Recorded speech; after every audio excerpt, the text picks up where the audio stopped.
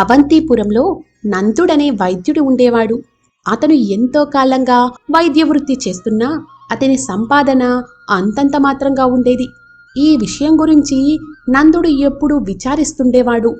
అది గమనించిన అతని తండ్రి గోపాలుడు, చూడు నాయనా, వైద్యుడికి ఎప్పుడూ ధనకాంక్ష ఉండకూడదు. ప్రతి రోగిని శ్రద్ధగా పరీక్షించి రోగానికి తగిన మందివ్వాలి. ఆ మందు ఎలా పనిచేస్తుండేది గమనించాలి. అలా కనుక నువ్వు వైద్యం చేశావంటే ఏ జబ్బునైనా సరే లొంగదీయగల సమర్థుడు అవుతావు. కాకపోతే నీ ప్రవర్తన ఇందుకు భిన్నంగా ఉంటుంది. నీ ఆలోచన ఎప్పుడూ డబ్బు మీదనే ఉంటుంది. రోగి రాగానే అతడి జబ్బు గురించి కాకుండా అతడిచ్చే డబ్బుల గురించే నువ్వు ఆలోచిస్తున్నావు. అందువల్లనే వైద్యుడిగా రాణించలేకపోతున్నావు. కాబట్టి నా మాట విని డబ్బు గురించి ఆలోచించకుండా శ్రద్ధ పెట్టి వైద్యం చెయ్యి అంటూ కొడుకుకి హితువు చెప్పేవాడు. అయితే తండ్రి చెప్పే మాటలు నందుడికి రుచించేవి కావు. అతను తండ్రి మాటలు పెడచెవిన పెట్టి తన పద్ధతిలో తాను వైద్యం చేస్తుండేవాడు. ఇదిలా ఉండగా ఒక రోజున ఒక బిచ్చగాడు నందుడి ఇంటి ముందు కళ్ళు తిరిగి పడిపోయాడు. అది చూసిన గోపాలుడు పరుగున వెళ్ళి బిచ్చగాణ్ణి తీసుకువచ్చి ఇంటి అరుగు మీద పడుకోబెట్టాడు. అయ్యో, పాపం ఈ ముష్టివాడెవరో ఆకలితో కళ్ళు తిరిగి పడిపోయినట్టున్నాడే.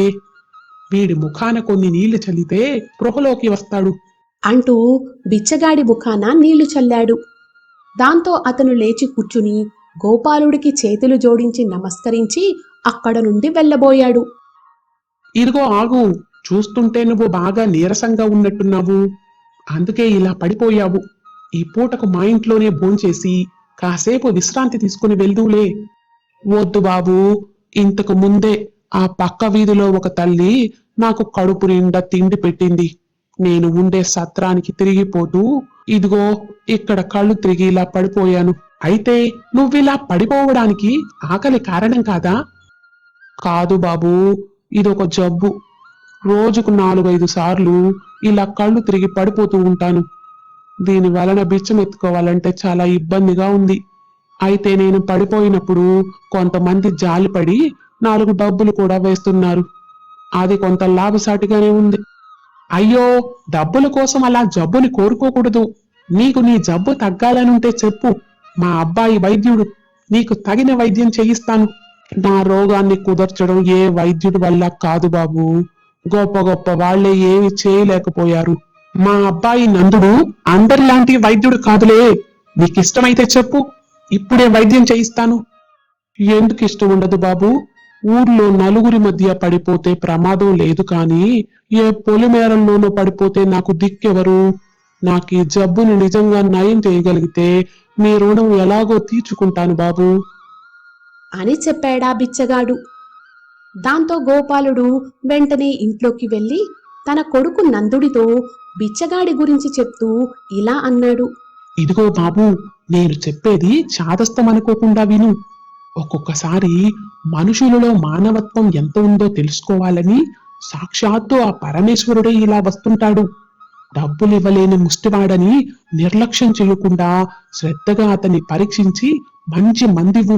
నీకు మేలు జరుగుతుంది. నా మాట కాదనుకు. తండ్రి మాట కాదనలేక నందుడు అయిష్టంగానే వెళ్ళి ఆ బిచ్చగాడిని పరీక్షించి లోపలికి వెళ్ళి ఏదో మందు తెచ్చి అతనికి ఇస్తూ, ఇదిగో, ఆ మందును 4 రోజుల పాటు వాడు. నీ జబ్బు తగ్గిపోతుంది అని చెప్పాడు.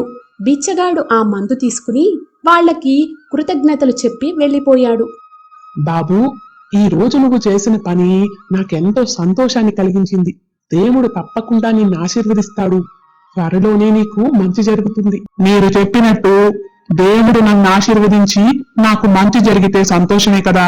కాకపోతే ఆ బిచ్చగాడి జబ్బు తగ్గుతుందన్న నమ్మకం నాకు లేదు. ఎందుకంటే నాకు తెలిసినంత వరకు వాడి జబ్బుకు మందు లేదు. అయితే మరి వాడికి ఏం మందిచ్చావు? నీ తృప్తి కోసం ప్రమాదం కలిగించిన ఏదో మందిచ్చి పంపించాను అని నిర్లక్ష్యంగా చెప్పి లోపలికి వెళ్ళాడు నందుడు. బిచ్చగాడి అదృష్టం కొద్దీ నందుడు ఇచ్చిన మందు పనిచేసి అతని జబ్బు నయమయింది. ఒక వారం రోజుల తర్వాత బిచ్చగాడు నందుడి ఇంటికి వచ్చి, అయ్యా, తమరి హస్తవాసి మంచిది. ఒకప్పుడు నేను బిచ్చగాడిని కాదు, కష్టపడి పని చేసుకుని కడుపు నింపుకునేవాడిని. అయితే ఈ జబ్బొచ్చాక నేను ఏ పని చేయలేక పొట్ట నింపుకోవడానికి ఇలా బిచ్చం ఎత్తుకోవాల్సి వచ్చింది. మీ దయ వల్ల నా రోగం నయమైంది. ఇక నుంచి నేను కష్టపడి పని చేసుకుంటాను. అదే కదా, నా వైద్యం నీలాంటి వాళ్ళ మీదే పనిచేస్తుంది. అందుకే నా సంపాదనలో ఎదుగు బొదుగు లేకుండా పోయింది. బాబు, ఇంత గొప్ప వైద్యం చేసిన మీకు నేను తగినంత డబ్బు ఇవ్వలేను, కానీ మీకు డబ్బు సంపాదించే ఉపాయం చెప్తాను. ఆ విధంగానైనా మీ రుణం కొంత తీర్చుకుంటాను. డబ్బు సంపాదించే ఉపాయాలు నీలాంటి బిచ్చగాళ్ల నుంచి నేర్చుకునే దశకు నేనింకా దిగజారిపోలేదులే. అప్పుడే అక్కడకు వచ్చిన గోపాలుడు నందుడి మాటలు విని ఇలా అన్నాడు. ఏ పుట్టలో ఏ పావుందో ఎవరికి తెలుసు? అలా విసుక్కోకుండా అతను చెప్పేది పూర్తిగా విను. అయ్యా, ఇక్కడికి 20 కిలోమీటర్ల దూరంలో ఉన్న శరణ్ నగరంలో శ్వేతగుప్తుడనే వ్యాపారి ఉన్నాడు. అతను పెద్ద కోటీశ్వరుడు. ఆయన కూడా నాలాంటి జబ్బుతోనే చాలా కాలంగా బాధపడుతున్నాడు. ఎంతో మంది వైద్యులు ఆయనకు వైద్యం చేసి చేతులు దులిపేసుకున్నారు. చివరికి ఆయన విసిగిపోయి ఆ జబ్బును నయం చేసిన వాళ్లకు 1,00,000 వరహాలు బహుమానంగా ఇస్తానని ప్రకటించాడు. ఆ జబ్బుని మీరు సులభంగా తగ్గించగలరు కనుక మీరు ఆ బహుమతి తప్పకుండా పొందుతారు. అని చెప్పి అతను వెళ్ళిపోయాడు. అది విన్న నందుడి తండ్రి, చూశావనైనా, ఉన్నవాడు లేనివాడు అనే భేదం లేకుండా వ్యాధిని తగ్గించాలనే పట్టుదలతో వైద్యం చేసేవాడికి తప్పకుండా మేలు జరుగుతుంది. నువ్వా బిచ్చగాడికి సహాయపడ్డావు, నిన్న దేవుడు ఆశీర్వదించాడు. నీ జాతకం మారిపోయింది. మీరు చెప్పినట్టు చేసుంటే నిజంగానే నా జాతకం మారిపోయేది. కానీ నేను ఆ బిచ్చగాడికి మనస్ఫూర్తిగా వైద్యం చేయలేదు. మీ మాట కాదని లేక ఏదో కోపంతో 4 మూలికలు నూరి మందు తయారు చేసి వాడికిచ్చాను. అయితే మాత్రం నష్టమే ఉంది. ఆ మందునే ఆ శ్వేతగుప్తుడికి కూడా ఇవ్వు. అది కాదు, ఆ మందు తయారు చేయడం కోసం నేను ఏ మూలికలు వాడానో నాకు గుర్తులేదు.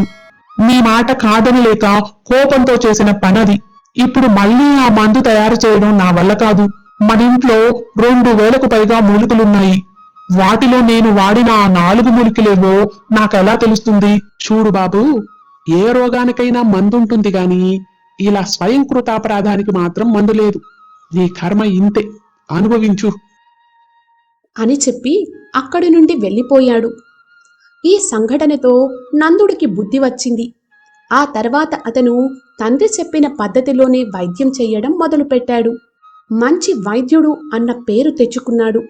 దానితో అతని సంపాదన కూడా క్రమంగా పెరుగుతూ వచ్చింది.